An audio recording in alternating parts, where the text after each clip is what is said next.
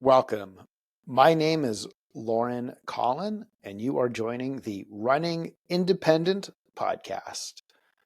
I appreciate you being here. And the goal here of the Running Independent podcast is, well, if you don't know, I am running for Congress. Yes, that is correct.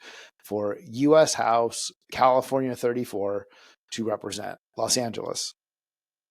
A large part of why I am running as an independent is, well, number one, I don't believe I'm well represented in my own district. And I believe I would represent not just myself very well, but the 720,000 people that make up California 34. But I'm also running as an example for other independents. Well, really for anybody who wants to run for office. So if you have the itch and you are not a professional politician and you've never done this before and you're trying to figure out, well, what does it take? I want to help guide you through the process. And it's going to be different everywhere. It's going to be different in California running for US House in Los Angeles than it is for running for city council in Los Angeles, right? So we got a local race, Los Angeles. We got a national race in Los Angeles. A lot of similarities on how to get onto the ballot, on how to manage your campaign, on how to report and the requirements for your campaign. There'll be a lot of differences too. And then those differences will only get greater as we talk about different states and different municipalities, right? So there's always the blessing and the curse of our Republican system of government. And that is, at a certain point, every state and every county and a lot of special districts run their own elections, but they have much in common. And what they have in common, we can all understand better. And what they don't have in common, we can work through to figure out what is your special case and what do we have to do to get you on the ballot. So that is what we will be doing here on the Running Independent podcast. My first episode, I'm going to give you the quick 5 to-dos, the things that I'm just like, if you do 1, 2, 3, 4, and 5, you are on your way to running for Congress or running for the local school board. It just doesn't matter, right? I will be following up this first episode with then more specifics. So for episode 2, we will actually have my campaign starter digital platform where I will dive down into what do you need for your starter digital platform. In brief, what are we going to discuss this very first episode? Well, I'm going to go over ballot access, your voter list, building out your online structure, start walking, and community engagement. And then we'll come back with episodes 2 through as many as we need to get as many Americans to run independent until all 520,000 offices in the land are being contested by independent Americans. Hopefully multiple independent Americans running for all 520,000 elected offices. But we'll come back in episode 2, then will be a deep dive into those different subjects, right? Or starting with 1, my campaign starter digital platform. Episode 3 is going to be focusing on ballot access with a real world example that's not my own, but how to run for New Orleans mayor. We'll then, do another episode where we specifically talk about your digital face, the campaign website and social media. And then return to things like ballot access. We'll do an episode on voter lists and data. And basically the top 5 will start breaking apart. And we'll give them a hyper focus. And then there's a lot more to do because it's not just a matter of walking, it's how to walk, when to walk. It's not just a matter of asking for donations, it's a matter of when to ask for donations, how to ask for donations, who can you ask a donation of, right? So there will be lots and lots to cover, and I am excited to explain it to you as I'm learning it, right? That's a big part of this is I am learning how to do this all on the fly. And my pitch to you is if you're not a professional politician and you've always wanted to run and you just doubted it or it's too much work, it's going to be a lot of work, but it's not going to be impossible. And I'm here to show you how possible it is. If you believe in the mission of We Unite, We Win to help spur on the independent movement so that we can create a country that works for all of us, and you want to see more of this content, either because you want to run and it's going to help you, or because you want other independents to run and you want to have them with the resources that they need to be successful, then please consider becoming a subscriber at weunitewewin.com. Right now, all of the content is free, and ideally, it always will be, because everything I have here is to share to get people excited to run and to get people excited to vote for independence. I could really use your support in order to make sure that I can continue to make this content.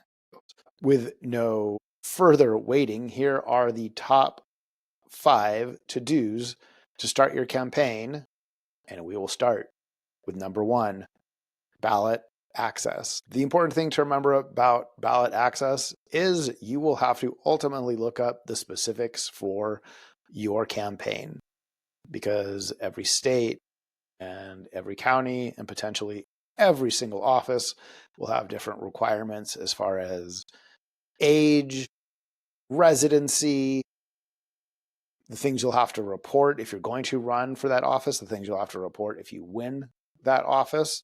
You'll have to decide that you are comfortable with all of that.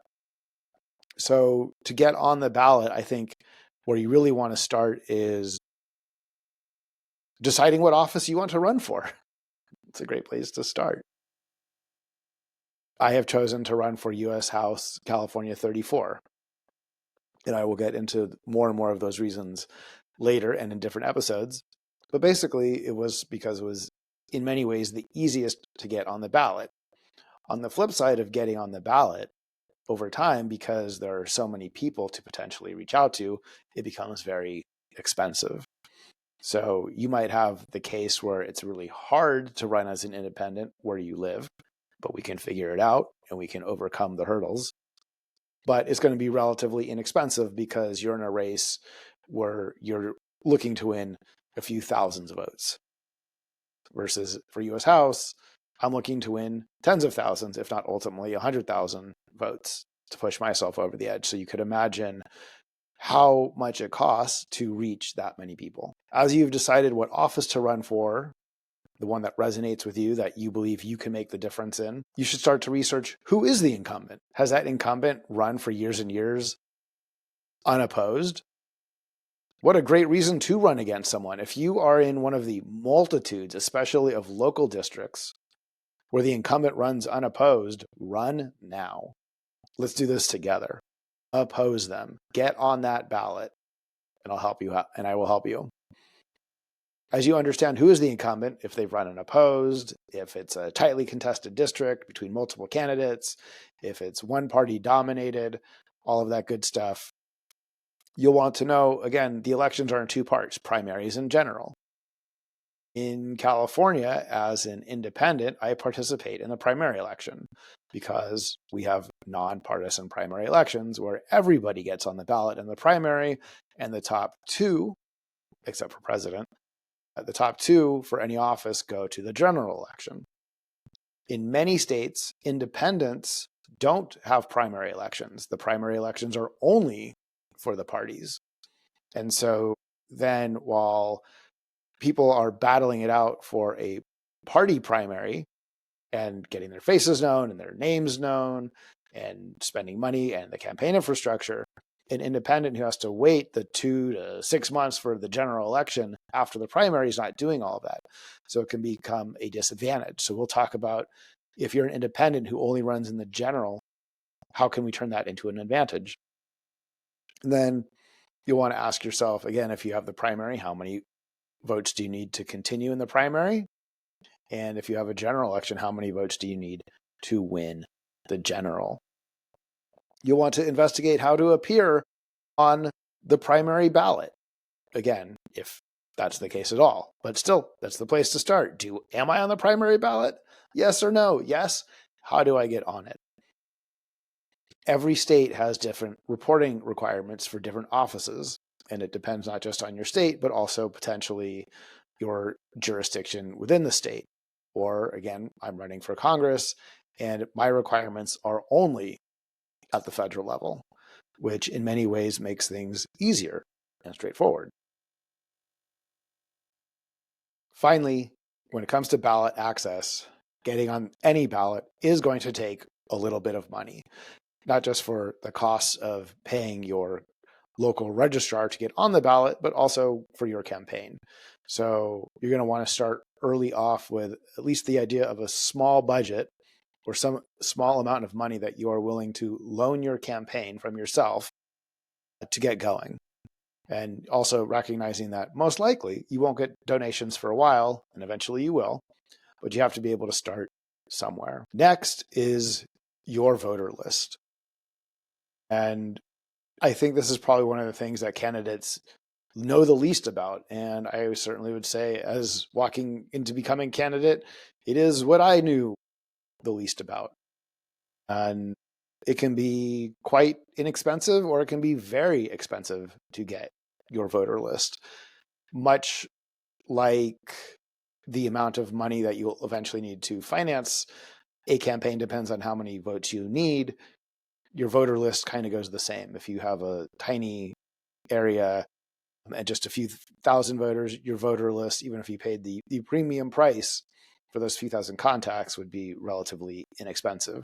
Versus if you're running for, U.S. senator or a state Senate seat in a big state, right? You have lots and lots of voters, and your voter list is going to be huge, and you're going to pay for that. There are organizations out there, especially for independents, such as goodparty.org, that make it super easy and super efficient to get a list.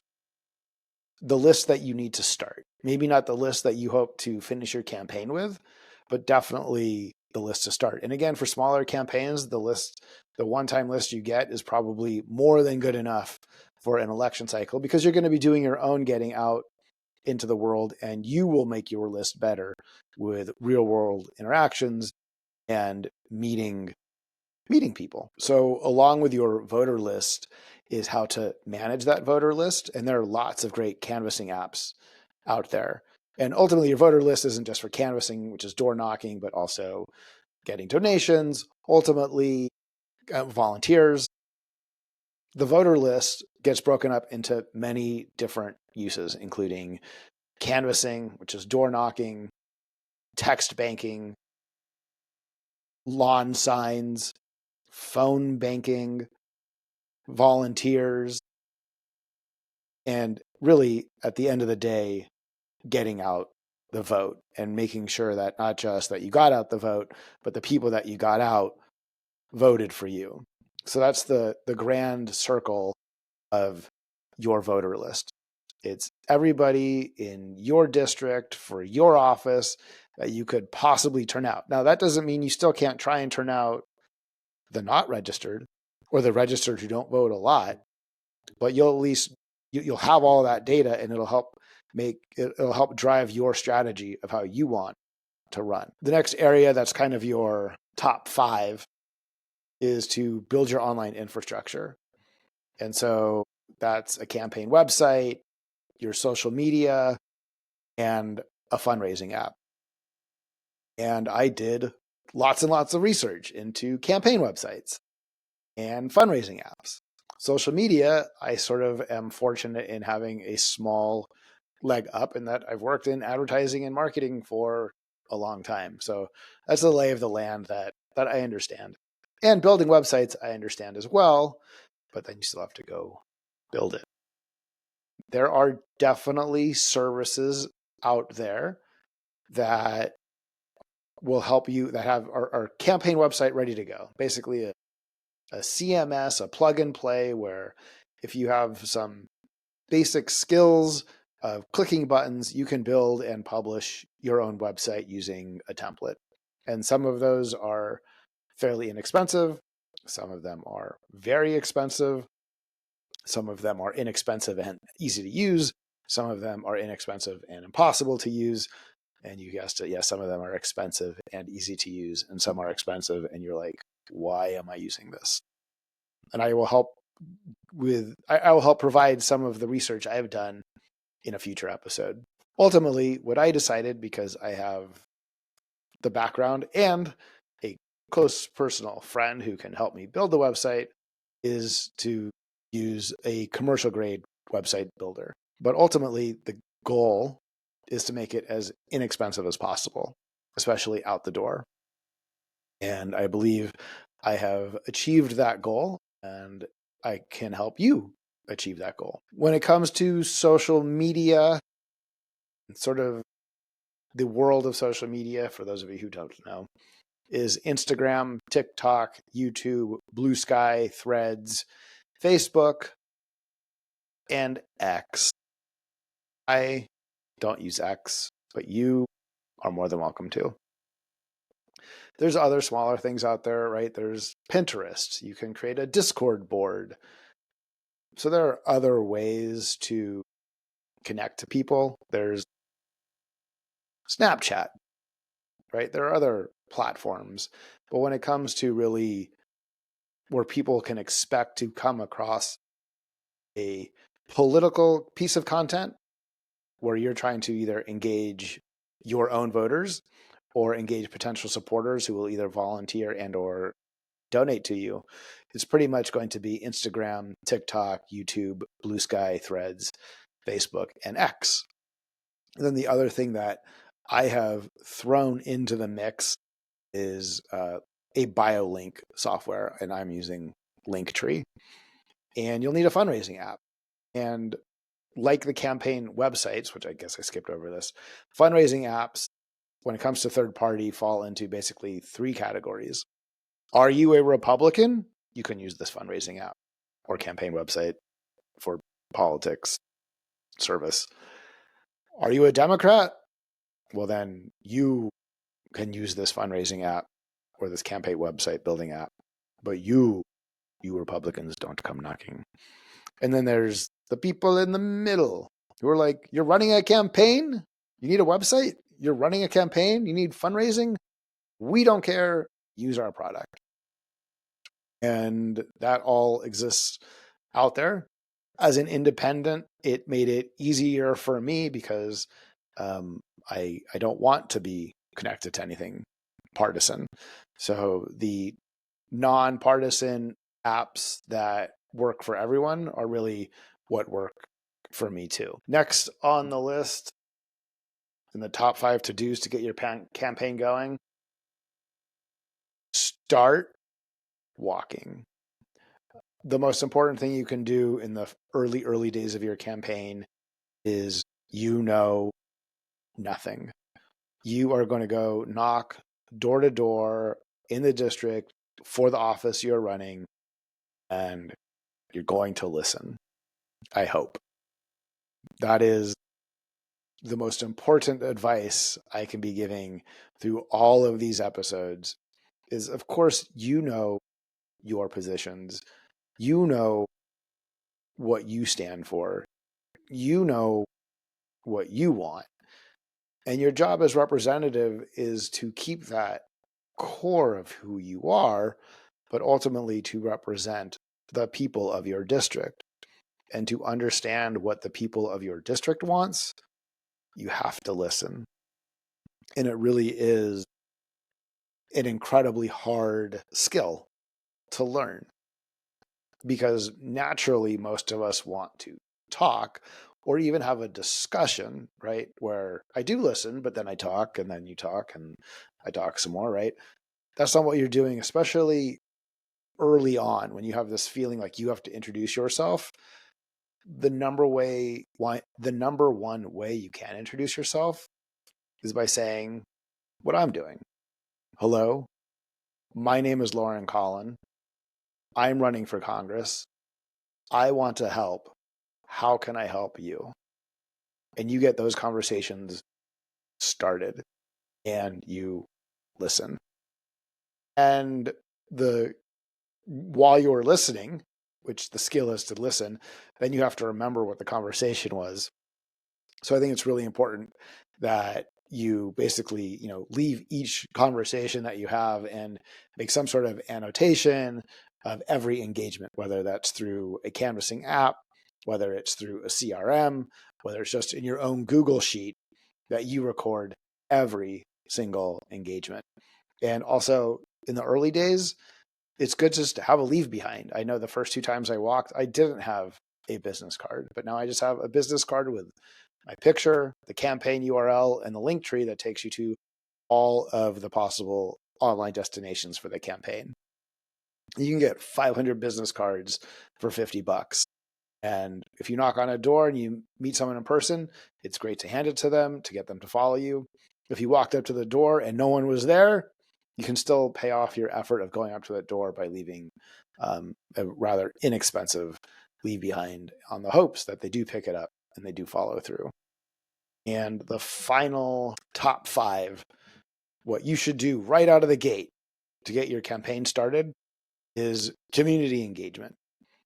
So walking is your voters, right? The people who are registered or who you think you can get registered, and on election day or the election period, that you can get out and vote for you. But beyond meeting the voters, and you can only meet so many, there's only so many days in the week, so much time, so many voters, you can, and you really should, engage with your community organizations. And that includes universities and think tanks, that includes community advocacy groups, and business advocacy groups. And again, early on, I think what you just want to do is listen. The hard part here is sometimes you don't feel necessarily, you don't know anybody. You just got to reach out. You find the lists, you find events, you get on the list, you RSV to events, and you show up. And ultimately, a lot of campaigning is just about showing up, right? When you're out walking or when you're at a community event and you're in person and you are pressing that flesh and you are giving the people a reason to vote for you. So those are the top 5 to-dos to start your campaign. Number 1, ballot access. Well, my gosh, what office do you want to run for? Figure that out. Figure out how to get on the ballot in your jurisdiction for that office. Number 2, the voter list. This voter list is gold. This is how you know who votes, who doesn't. You can make assumptions about how they will vote and if they'll vote for you. And you can target within the world of people that, again, ultimately you believe you can get out at the numbers you need to win your campaign. Number 3 is building your online structure. It does not have to be fancy. You can build a very simple website. It costs nothing to be on social media other than your time. And you will want a fundraising app. But ultimately, the cool thing about many of the fundraising apps is that they will just take off what you earn. So you don't have to put any money up front. They just take a percentage off the top, and it keeps things, again, especially at the very early days, very inexpensive, which you're going to want to string along every dollar that you can and make your campaign as efficient as possible. You're going to want to start walking, get out there and knock on doors, meet the residents, meet the voters, and listen. And you're going to meet them multiple times, probably 3 or 4, in order to win your campaign. Finally, in the top 5 to-dos to start your campaign, start connecting with community organizations, from universities and think tanks to community advocacy groups to business advocacy groups. I hope you are now even more excited than before to run as an independent American for an office, any office, at any level of government. There are 520,000 offices. Over half of them are filled by incumbents who run unopposed. If you are not a professional politician, but you've always wanted to serve in government as an elected official, now is the time. Now is the time. We want change. We want you to stand up. We want you to run. I want you to run. I want you to join me. I want to be part of this incredible independent movement to represent all Americans so that we create a government that works for all of us. Help me grow the independent movement. Join me by volunteering. Join me by running for office. Join me by willing to go into a voting booth and pull the lever for independent candidates at every level of office. And you can support me with donations to weuniteWeWin.com. And you can subscribe to all of the content there, to the podcasts, to my thoughts on what it means to be running as an independent and why I believe independents should run, as well as the policies that I promote and that I believe in as an independent. And I would love to keep creating this content for you. And I would definitely appreciate any donation you can provide. Come back the next episode. We will focus on what it takes to create your starter digital platform. My name is Lauren Collin. This is the Running Independent podcast. No fear, only love.